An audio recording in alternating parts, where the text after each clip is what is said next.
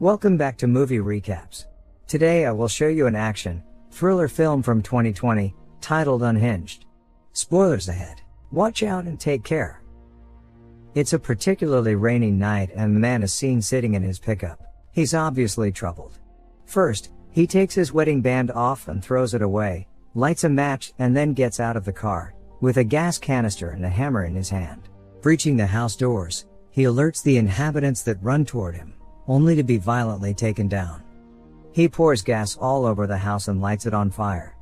As he drives away, the house blows up. Rachel is sleeping on the sofa and gets woken up by Andy, her lawyer and best friend. He tells her that her soon-to-be ex-husband wants her house and that they should file an objection.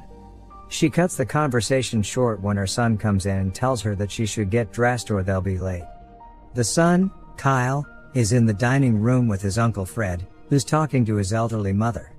The violent attack from earlier is being mentioned on the news, saying the man was the woman's ex-husband with a history of substance abuse and violence. Fred and Kyle talk as Rachel searches for her candy cane scissors. Fred's girlfriend joins them on the table and they talk about their financial problems, particularly about their mother's nursing home cost. She leaves with Kyle and they get in their terribly old car. They end up stuck in traffic and argue about taking the freeway. The mom decides to do it, even though her son protests, saying they're going to be late. While driving, she gets a call from her husband and the kid picks up, happy to talk to his father. He's disappointed almost immediately when his father cancels their plans to go to a game, as the mom tries to lessen the blow. To make matters worse, they still end up in a traffic jam on the freeway and his mom gets another call, this time from a client. When she can't lie herself out of the situation and the client realizes she'll be late again, Rachel gets fired. The son teases her a little bit to cheer her up, then suggests they take the next exit from the freeway and go trough the service streets. Coming out of the freeway they stop on a red light behind a gray pickup. When the pickup doesn't move as the light changes, she starts honking and drives around him. On the next light, he pulls up next to their car. It's the man that set the house on fire. He asks them to roll their windows down and Kyle does it.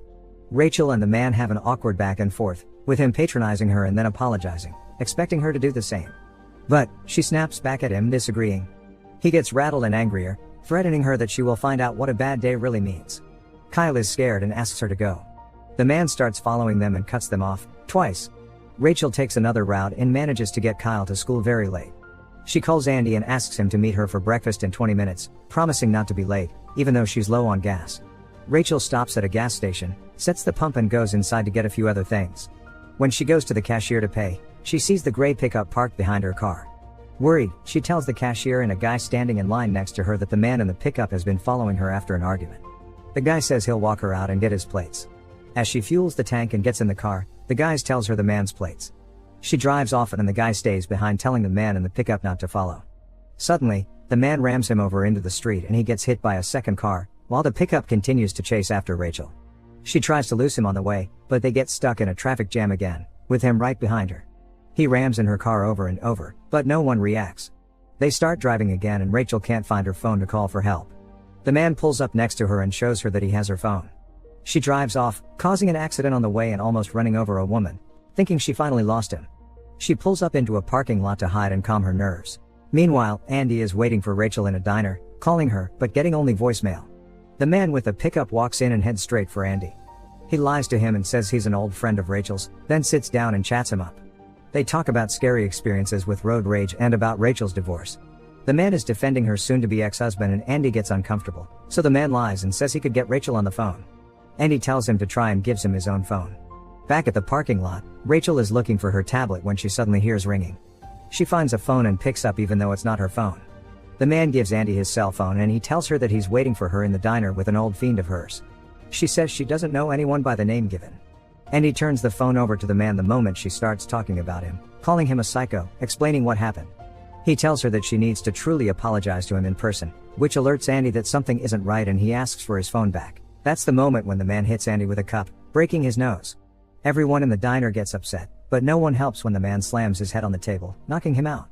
He puts Rachel on speaker and continues to talk to her, asking if Andy is really just her lawyer and friend, or if she's cheating on her husband with him, just like his own wife did.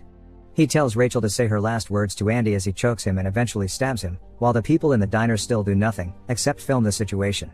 As the man is walking out of the diner, he tells Rachel that Andy is dead. She tries to plead with him and apologizes, but the man doesn't believe her and speeds away. The man calls her again from her own phone and starts reciting all the messages she's gotten, including one from her son's school. He starts toying with her and asking her to choose who he should kill next from her contact list. When she refuses, he sends all her money to her husband and threatens to go after her mom and to burn her house down. Rachel chooses herself, but he doesn't accept and asks for another name. She chooses the name of the client that fired her. He hangs up and Rachel immediately calls the police. They arrive at the house of her client, but the man isn't there. Back at the house, Fred is watching what happened in the diner on the news. There's a strange noise coming from the other room and his girlfriend doesn't respond to his calls.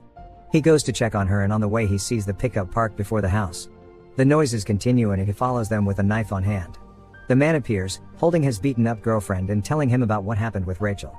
He says he feels insignificant and that the only thing he has left is violence and revenge. So he kills Fred's girlfriend and then sends Rachel a photo of him with her brother. The man calls her again and she tells him she called the police, which he already knows. He checks the tracker on Rachel's phone, sees that she's in front of Kyle's school and tells her that she has 3 minutes to pick him up and drive away, or he'll kill Fred. He tells Fred to write her a letter, blaming her for his girlfriend's death, all the while pouring gasoline on him.